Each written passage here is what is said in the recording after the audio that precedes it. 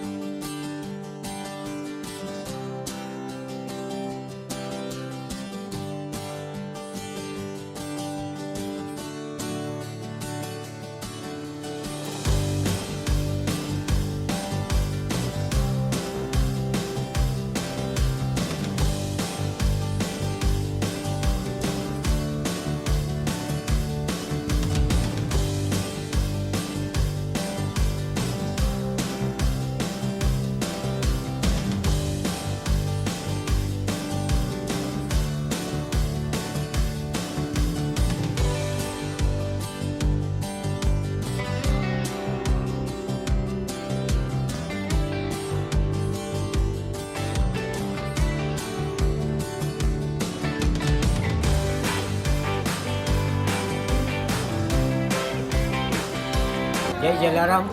મારું નામ કાંતિલાલ લક્ષ્મણ બામણિયા।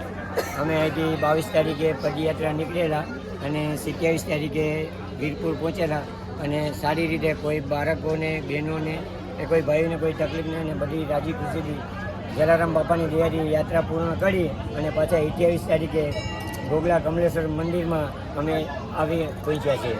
જય જલારામ।